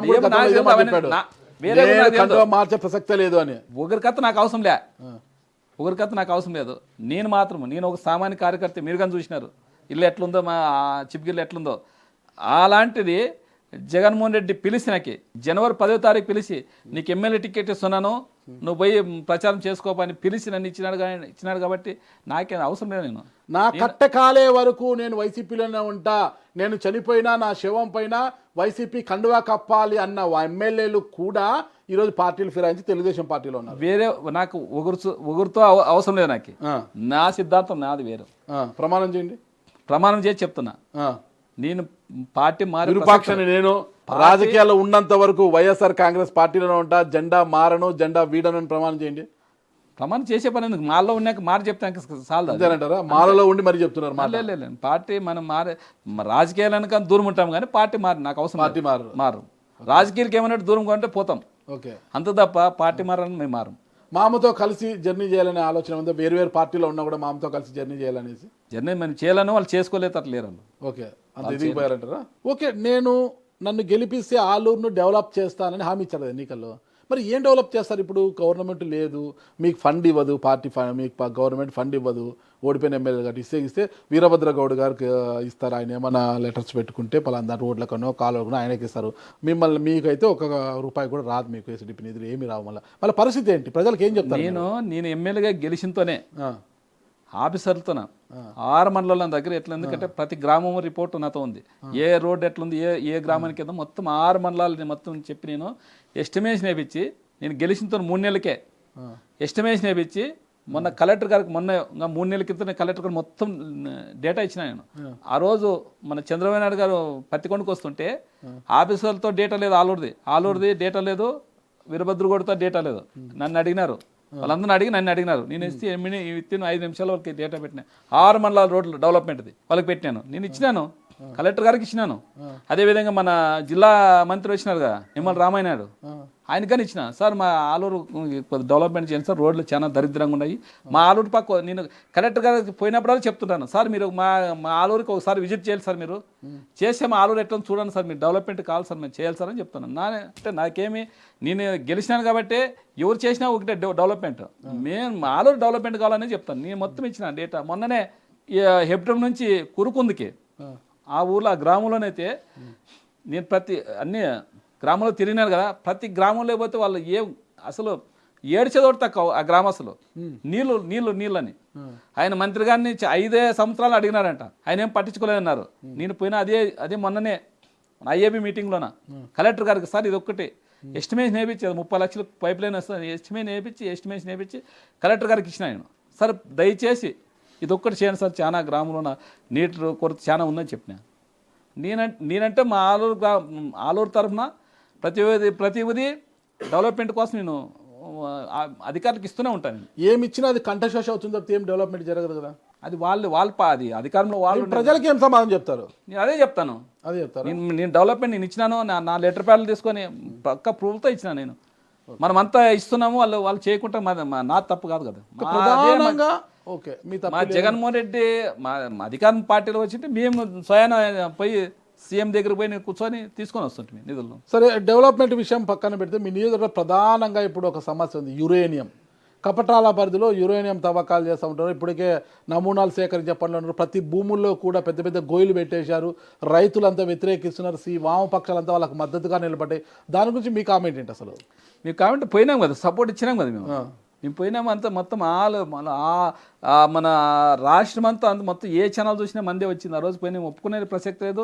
అడిగిన యురేనియం తవ్వకాలు తగిలితే క్యాన్సర్లు వస్తాయి, బబ్బులు పెరుగుతాయి, అంత మంటలు పుడతాయి, నీళ్ళు కలుషితం అయిపోతుంది అని మా గ్రామస్తులు మొత్తం అందరు చెప్పినాను. చెప్పిన దానికి అవగాహన మనం చెప్పిన దానికి మొత్తం ఆ గ్రామస్తులు అలర్ట్గా ఉన్నారు. వాడు మాత్రం యురేనియం తవ్వకాలు జరిగినిచ్చే ప్రసక్తి లేదు. ఎప్పుడన్నా కానీ అక్కడ వాళ్ళ గ్రామస్తులు ఏమైనా వచ్చినా నేను ఇమీడియట్గా వెళ్ళిపోయి వాళ్ళకి సపోర్ట్ ఉంటాం. ఆడ మాత్రం తవనిచ్చే ప్రసక్తి ఉండదు. మీ బాస్ పైన FBI కేసులు పెడుతున్నారు ఇప్పుడు, అదానీ కేసులు, సెకీ కేసులు మొత్తం కూడా కరెంటు దానికి సంబంధించి విద్యుత్కి సంబంధించి మొత్తం అదానీ కేసులు అన్నీ కూడా బనాయించారు కదా. మీరు ఇలా అందరూ ఎదురు తిరుగుతా పోతే మీ మీద కూడా కేసులు పడతాయి కదా. పెట్టండి, ఏమవుతాయి కేసులు? అవి కొత్తగా ఏముందని పెడతారు నా మీద? ఏముందని పెడతారు? ఇప్పుడు మీ మీద కేసులు లేవు? కేసు లేదు నా మీద. ఏముంది? మేము అంతా రైల్వేకి జిఎస్టీ కడతాం అంతే. నా మీద ఏముంటుంది? 18% GST కడతాం మేము. ఇంక నా మీద ఏముంటుంది కేసు? మాకేమైనా ఇల్లీగల్ ఏమైనా దందాలు ఉంటాయి కదా మా మీద కేసు పెట్టేది. వాళ్ళు నన్ను ఏం చేసుకోలేరు. ఏమీ డెవలప్ చేయకుండా 2029 ఎన్నికల్లో జగన్మోహన్ రెడ్డి గారు మళ్ళీ మీకు టికెట్ ఇస్తే ప్రజల ముందుకు ఏ విధంగా వెళ్తారు అసలు? ఇదే చెప్తామని చంద్రబాబు నాయుడు డెవలప్మెంట్ మేము చెప్తున్నాము, చంద్రబాబు నాయుడు కలిసినా కానీ ఆయన పట్టించుకోలేము, మన ఆరును చిన్న చూపు చూసినా అదే చెప్తాము. వాళ్ళ మీద కదా, మాది కాదు కదా అధికారం ఉండేది. ఇప్పుడు మీరు గెలిచిన తర్వాత మీకే ఆఫర్ రాలేదా అధికార పార్టీ నుంచి, కూటమి నుంచి? ఫస్ట్ గెలిచినప్పుడు వచ్చింది, అని ఇప్పుడు మళ్ళీ రాలేదా? ఇప్పుడేం రాలే. ఇంకా నువ్వు ఒక్కడేంది ఏం చేస్తావు అక్కడ ఇటువైపు వచ్చేసి? అట్లేం లేదు. వాళ్ళకే దేంటి కూడా 164 మంది ఉన్నారు. వాళ్ళు మమ్మల్ని తీసుకుని ఏం చేస్తారు? వాళ్ళకే దేంటి కొన్ని వాళ్ళు కొట్లాడబట్టి మీరే చూస్తున్నారు. వాళ్ళకే కుస్తీలు పడుతున్నారు, ఎమ్మెల్యేలు కుస్తీలు పడుతున్నారు. ఇప్పుడు చూస్తున్నాము ఆదినారాయణ రెడ్డి, జేసీ ప్రభాకర్ రెడ్డి గారు వాళ్ళకే పడుతుంది. మమ్మల్ని ఏం భయం ఏం చేసేది? ఆదినారాయణ రెడ్డి బీజేపీ, టీడీపీ, కూటమి ప్రభుత్వమే కదా వాళ్ళు, కూటమే కదా వాళ్ళు. బీజేపీ, జనసేన, టీడీపీ అంతా ఒకటే కదా, కూటమే కదా. వాళ్ళే కుస్తీలు పడుతుంది, మేము భయం ఆ కుస్తీలో మేము కుస్తీలు పట్టారా? ఇదన్నా ప్రశాంతంగా ఉన్నాం మేము. ఇప్పటి వరకు ఎప్పుడే గానీ వీరభద్ర గౌడ్ గారితో మీరు మాట్లాడలేదు? లేదు, మాట్లాడలేదు. ఒకసారి ఆయన బర్త్డేకి విషెస్ చెప్పే కదా ఫోన్ చేసినట్టు? ఎప్పుడు 2022లో. ఓకే, అంత ప్రేమ ఆయన మీద మీకు? ఏమో ఇప్పుడు మనిషి ఏదన్నా కానీ బర్త్డేకి ఇసొచ్చు, బర్త్డే అంటే ఎవరైనా ఇసొచ్చు. నువ్వు దానికేం పార్టీలకు సంబంధం లేదు, నా వ్యక్తులకు సంబంధం లేదు, వ్యక్తిత్వం అంతే. మీకు ఎంతమంది సంతానం విపక్ష గారు? 3, పెద్ద అమ్మాయి, 2 అబ్బాయిలు. 2 అబ్బాయిలు. ఆ అమ్మాయిని పెళ్ళైంది? అమ్మాయి పెళ్ళి అయిపోయింది. ఏం చేస్తారు వాళ్ళు? అల్లుడు రైల్వేలో గార్డుగా పనిచేస్తాడు. ఓకే, అంటే కాంట్రాక్టర్, రాజకీయ నాయకులు కాకుండా రైల్వే ఉద్యోగస్తుడికి వెళ్ళిపోయారు? రైల్వే ఉద్యోగాలు, మన రైల్వేలో పనిచేస్తాం, రైల్వే కాంట్రాక్ట్ కాబట్టి రైల్వేకి ఇచ్చినాము. ఓకే. కుమారులు ఏం చేస్తారు? కుమారులు ఆయన పెద్ద ఐఏఎస్ ప్రిపేర్ అవుతున్నాడు, ఢిల్లీలో ఉన్నాడు. చిన్న ఆయన మా రైల్వే కాంట్రాక్ట్కి ఆయన దాంట్లో కంపెనీకి చూసుకోమని దాంట్లోకి వదిలిపెట్టినాం. ఓకే, ఎమ్మెల్యే గారు, తమిళనాడులో జల్లికట్టు సాంప్రదాయంగా జరుగుతుంటుంది వాళ్ళకి అక్కడ క్రీడది. అదేవిధంగా మీ దగ్గర కూడా బన్నీ ఉత్సవాలు జరుగుతుంటాయి అనమాట. దాని మీద కూడా మీ గతంలో ఒకసారి మీరు ఏదో కామెంట్స్ చేశారు, మీరు బన్నీ ఉత్సవాలు ఖచ్చితంగా ఇక్కడ జరగదా, ఆనవాయితీగా వస్తుందని. అదేంతా కొట్టుకోవడము అదంతా ఏదో ఉంటుంది కదా? అంతా కొట్టుకోండి కాదు సార్, బన్నీ ఉత్సవాలు అంటే సాంప్రదాయం, అది అంతే. దేవుడు వెళ్ళినప్పుడు బన్నీ ఉత్సవాలు అంటే మామూలు అంటే ఎవరు అడ్డు రాకున్నట్లు కట్టెలు పట్టుకొని, ఇప్పుడు జనాలు వస్తే ఇప్పుడు అదే కట్టెలతో కొట్టుకుంటారు, పుంజులు పట్టుకొని కొట్టుకోరు. అది పుంజులు తీసుకొని ఇప్పుడు జనాలు దేవుని మీదకి వస్తారని మామూలు కట్టెలు పట్టుకొని లైన్ పోతుంటారు అంతేని. మళ్ళీ అది కొట్టుకోవడం అసలు ఆనవాయితీగా వస్తుంది. అది మామూలు, అది కొట్టుకోవడం కాదు. అది కొట్టుకోవడమే చూపించారు చాలాసార్లు టీవీలలో కూడా, కొట్టుకోవడం, గాయాలు అవుతున్నాయి, అది ఇది అంటే మామూలు వ్యక్తిగతం ఏమైనా ఉంటే వాళ్ళు చేసుకుంటారు తప్ప అసలు బన్నీ ఉత్సవాలు అంటే మామూలు సాంప్రదాయబద్ధంగా మామూలు అంతా దేవుని ఎత్తుకొని మొత్తము అక్కడ కొండ మీద దిగి అక్కడ పోయి ఇక్కడ కిందకు వచ్చి అక్కడ వచ్చి మళ్ళీ తీసుకొని పోయి అక్కడ కార్యక్రమం చెప్తారు. అక్కడ ఏమో పంటలు ఎట్లా అప్పటి నుంచి సాంప్రదాయబద్ధంగా వస్తుంది, అందుకు అప్పటి నుంచి అదే వస్తుంది. కానీ అది కొట్టుకోవడం కాదు, అది సాంప్రదాయబద్ధంగా జరిగేది. గతంలో కపట్రాల వెంకటనాయుడు కుమార్తె బుజ్జమ్మ గారిని వైసీపీలో టికెట్ ఇస్తామని ఇక్కడ తీసుకొచ్చారు. ఎవరు? రామసుబ్బారెడ్డి గారు ఆమెకు టికెట్ మీకే అమ్మాయి సారి బీసీకి వెళ్ళాలనుకున్నాం, వాల్మీకి సమాజం కింద మీకు టికెట్ ఇస్తామని ఆమెను పార్టీలోకి తీసుకొస్తే ఏదో చిన్న కారణాల వల్ల ఆమెను పక్కన టికెట్ మీకే అన్నారు. తిరిగి ఆమె టీడీపీ సొంత గుట్టికి వెళ్ళిపోయింది, టీడీపీలోకి వెళ్ళినా కూడా ఎన్నికల సమయంలో లోపాయకర పద్ధతిలో మీకు సపోర్ట్ చేసింది బాగానే బుజ్జమ్మ గారు అంటారు. అసలు సపోర్ట్ మాకేం సపోర్ట్ చేయలేదు, బాగా గట్టి తిరిగింది పార్టీ పరంగా. మొత్తం అన్ని గ్రామాలు మండలం అని తిరిగింది కదా టీడీపీకి ఓట్లేయండి అని. ఆమె ఎప్పుడు మాకేం సపోర్ట్ చేయలేదు. బన్నీ ఉత్సవాలు మీరు సమర్థిస్తారు? బన్నీ ఉత్సవాలు సాంప్రదాయం అంతే. ఉత్సవాలు అది కొట్టుకోవడం కాదు. అది బన్నీ అంటే బన్నీ ఉత్సవాలు అంటే ఆ దేవుని తీసుకొచ్చినప్పుడు పుంజులు తీసుకొని మొత్తం కర్రలు తీసుకొని దేవుని దగ్గర అడ్డుకు రాకూడదు, కట్టలు అడ్డం పెడతారు అంతే, తీసుకొని అట్లా పోతుంటారు దేవుణ్ణి. అంతేగాని అది కొట్టుకోవడం కాదు. అది బయట ఏమన్నా కొట్టుకుంటున్నారు, మళ్ళీ ఆడ దేవుణ్ణి ఎత్తుకుపోయేటప్పుడు కొంతమంది ఇప్పుడు ఎక్కువ చాలా దాదాపు 1000 జనంలో భక్తులు వస్తుంటారు. అప్పుడు ఏ ఊరుకోరుకు తగులుకొని కొట్టుకుంటారు. అది తప్ప దేవుని గురించి అసలు దేవుడి గురించి మాత్రం అది అసలు కొట్టుకునేది కాదు. అది ఓకే. ఇటీవల కాలంలో జగన్మోహన్ రెడ్డి గారిని ఏమైనా కలిసారా? కలిసినా మొన్న. ఓకే, ఏమన్నారా? ఏమంటారు, ఏముంది దానికి అడగలేదా మీరు? అన్న అసెంబ్లీకి వెళ్దామన్నా ప్లీజ్ అన్న అనేసి. ఇప్పుడు అంత పెద్దలు అందరు ఉన్నారా, ఊకినే ఉండి నేను ఒకటి అడిగితే ఏం బాగుంటుంది? ఎవరో ఒకరు అడగాలి కదా. అడిగినాను సార్ పోతే బాగుంటుంది సార్ అన్నాము. ఆయన అదే అన్నాడు, ఎందుకబ్బా మనకి పోయినా కానీ 2 నిమిషాలు ఇస్తారు, ప్రతిపక్ష హోదా ఇస్తే బాగుంటుంది అనే లెక్కలో ఆయన పాలసీ అనుకుంది. ఎట్లంటే ఆడ పోయి ఎమ్మెల్యేగా కూర్చుంటే ఏం బాగుంటుంది, ప్రతిపక్ష నాయకుడికి కూర్చుంటే కొద్ది హోదా ఉంటుంది, కొంత టైం ఇస్తారు, 20 నిమిషాలు 10 నిమిషాలు టైం ఇస్తారు. టైం ఇస్తే దాని ప్రజల గురించి మాట్లాడేది బాగుంటుంది. ఏమికుంటారు 2 నిమిషాలు పోయి ఆయన కానీ ఏం చేస్తారు పాపం, ఇవ్వచ్చు కదా వాళ్ళు కానీ. ఫైనల్గా విరూపాక్ష గారి యొక్క భవిష్యత్తు లక్ష్యం ఏంటి అసలు? భవిష్యత్తు లక్ష్యం ఏముంది అంతే, అంతే చేసుకుంటూ పోతుంటాం అంతే. రైల్వే కాంట్రాక్ట్లు అయితే చేస్తున్నారు ఇప్పుడు. రైల్వే కాంట్రాక్ట్లు నడుస్తున్నాయి. అంటే ఎమ్మెల్యేగా కొనసాగుతూ రైల్వే కాంట్రాక్ట్లు అవి చేస్తున్నారు. లేకపోతే కానీ మనకి ఇంకా ఇప్పుడు అది జీవనాధారం అదే కదా మనకి. ఓకే, ఇప్పుడు ఎట్లా అధికారంలో లేరు, డబ్బులు కూడా రావు కాబట్టి కాంట్రాక్ట్లు చేసుకోవాలి, ఇక్కడ ఖర్చు పెట్టుకోవాలా. అంతే కదా. ఓకే, ఈ మీపై ఎన్నో ఆశలతో మీకు ఓట్లేసి గెలిపించిన ఆలూరు నియోజకవర్గ ప్రజలకు మీరేం చెప్పబోతున్నారు? నేను అంటే నేను ప్రజలు కొట్టే చెప్తాను. నేనేమి ఎవరికన్నా కానీ ఇప్పుడు పవన్ కళ్యాణ్ కానీ మన పంచాయతీరాజ్ శాఖ మంత్రి ఆయన కానీ కలిసాను. ఆయన టైం నాకు దొరకలేదు, ఆయన మాకు దొరకడు ఉన్నాడు. ఆయనకు కానీ అడుగుతాను నేను పోయి రోడ్లు చాలా మాకు దరిద్రం. ఆలూరు అంటే మన 175 నియోజకవర్గాల కింద దరిద్రమైన కాన్స్టిట్యూన్సీ అంటే మా ఆలూరు అని చెప్తాను. ఆయన ఆ దరిద్రానికి కారకులు ఎవరు? గత పాలకులే కదా. ఓకే, గత పాలకులే కదా, చూస్తున్నాం కదా, అన్ని పాలకులు అందరూ చూస్తున్నాం. ఏం చేస్తారు? డెవలప్మెంట్ చేయలే, ఎవరు చేయలే. మూలింటి మారప్ప గారు మంత్రిగా చేశారు, గుమ్మనూరు జయరాం గారు మంత్రిగా చేశారు, అందరూ కూడా మంత్రిగా చేశారు కదా. మూలింటి మారప్ప గారు కానీ ఆయన కానీ ఏం పట్టించుకోలేము మమ్మల్ని ఆలూరుని. ఎందుకో ఆయన నాకు మేము కానీ చాలాసార్లు కలిసినాం. అప్పుడు ఆయన పోయి హైదరాబాద్లో కూర్చొని అక్కడే ఉన్నాడు. డెవలప్మెంట్ మళ్ళీ అంటే ఆయన ఉన్నప్పుడు కొద్దిగా మా మండలంలోనైతే లిఫ్ట్ ఇరిగేషన్ వచ్చింది. అప్పుడు అది మంచి పని చేసినాడు రాజశేఖర రెడ్డి. ఇప్పుడు దాని నుంచి కొంతమంది రైతులు పంటలు పండించుకొని తింటున్నారు. ఇప్పుడు గుమ్మనూరు అయితేనేమి, బండ్నాలు అయితేనేమి, మళ్ళీ అదేవిధంగా ఇక్కడంతా బాగా మన చింతకుంట దగ్గర ఆయన ఉన్నప్పుడు అవి వచ్చినాయి. ఇంకా అంతకు తప్ప ఆయన మనకేమి డెవలప్మెంట్ మీద ఆయనకన్నా మగ్గు చూపా. భవిష్యత్తులో మీ పార్టీ అధికారంలోకి వస్తే అభివృద్ధి అంటే ఇది అని చేసి చూపిస్తారా? ఖచ్చితంగా. నేను మొన్నగానే పోయి ఎలాంటి అభివృద్ధి చేయాలని చూస్తున్నారు మీరు చెప్పండి. మీ మనసులో అభివృద్ధి అంటే ఏం లేదు, మాకు రోడ్లు, తాగినాటి నీళ్లు, రోడ్లు ఇస్తే మాది అదే అభివృద్ధి మా కాన్షియస్లో. వేరేది ఏం లేదు. మొన్నగానే మన జగన్ సార్ కానీ రాజ్యసభ నిధులు ఎంపీ ఉన్నాయి కదా, ఆ రాజ్యసభ నిధులు ఇప్పాడు సార్ అని చెప్పి మొన్నగానే ఇచ్చి వచ్చినాము. తుంగభద్ర 19వ గేటు తెగిపోయినప్పుడు మీరు వెళ్ళినారు కదా, ఫస్ట్ పోయిన వ్యక్తి నేనే. ఓకే, 7 గంటలకల్లా అక్కడ ఉన్నా. ఎలా తెగిపోయింది ఏమన్నా చూసారు? అది గేట్ అది లింక్, చైన్ లింక్ ఉంటుంది కదా, ఆ లింక్ అది ఇప్పుడుగానే చెప్పిన మొన్నగానే ప్రెస్ మీట్ ఇచ్చి చెప్పినాను మన అధికార కూటమి ప్రభుత్వానికి. ఎందుకంటే అక్కడ నుంచి అది తెగిపోయినా, గేట్ తెగిపోయినాక పాపం రాత్రి ఒకరు తిప్పులు పడి ఆ అధికారులు అనొచ్చు, మళ్ళా బిఆర్ నాయుడు ఎవరు ఆయన ఏదో డ్రాయింగ్ చేసినాడు. అది బాగా మంచి వర్క్ చేసిన 4 రోజులు హైప్ కొట్టేసినారు. హైప్ కొట్టిన తర్వాత మళ్ళా కేంద్ర నిపుణులు వచ్చి మొత్తం ఇవన్నీ 33 గేట్లు దాదాపు 70 సంవత్సరాలు అనేది చైన్ లింకులు ఉంటాయి, మొత్తం బాగా లింకులు ఉన్నాయి, చైన్లు ఉన్నాయి. ఆ చైన్ లింకులు పోయినాయి, ఖచ్చితంగా ఇవన్నీ దెబ్బతిన్నాయి. ఇవన్నిటికీ మార్పు చేయాలనే, కొత్త చేయాలనే విధంగా వాళ్ళు నిపుణులు చెప్పినారు. వాళ్ళు దాంట్లో కూటమి ప్రభుత్వం ఎందుకో మళ్ళీ దాన్ని అసలు దానికి నిధులుగా ఇవ్వలేదు. 52 కోట్లు మాత్రం ఇచ్చినారు. ఆ 52 కోట్లు ఎందుకైతే ఒకదానికి 5 కోట్లేమో అవుతుందంట గేట్కి రిపేర్కి. 33 గేట్లు అంటే దాదాపు 1,20,00,000 ఏమో అవుతుంది. అది 120 కోట్లు అవుతుంది. అది 120 కోట్లు పెట్టింటే తుంగభద్ర కింద చాలా ఇప్పుడు, ఎందుకంటే మన అనంతపురం డిస్టిక్ కానీ కర్నూలు డిస్టిక్ కానీ జీవనాధారం అంటే హెచ్ఎల్సి, ఎల్ఎల్సి అవన్నీ ఇప్పుడు ఉండేదంటే మన తుంగభద్ర నుంచే కదా.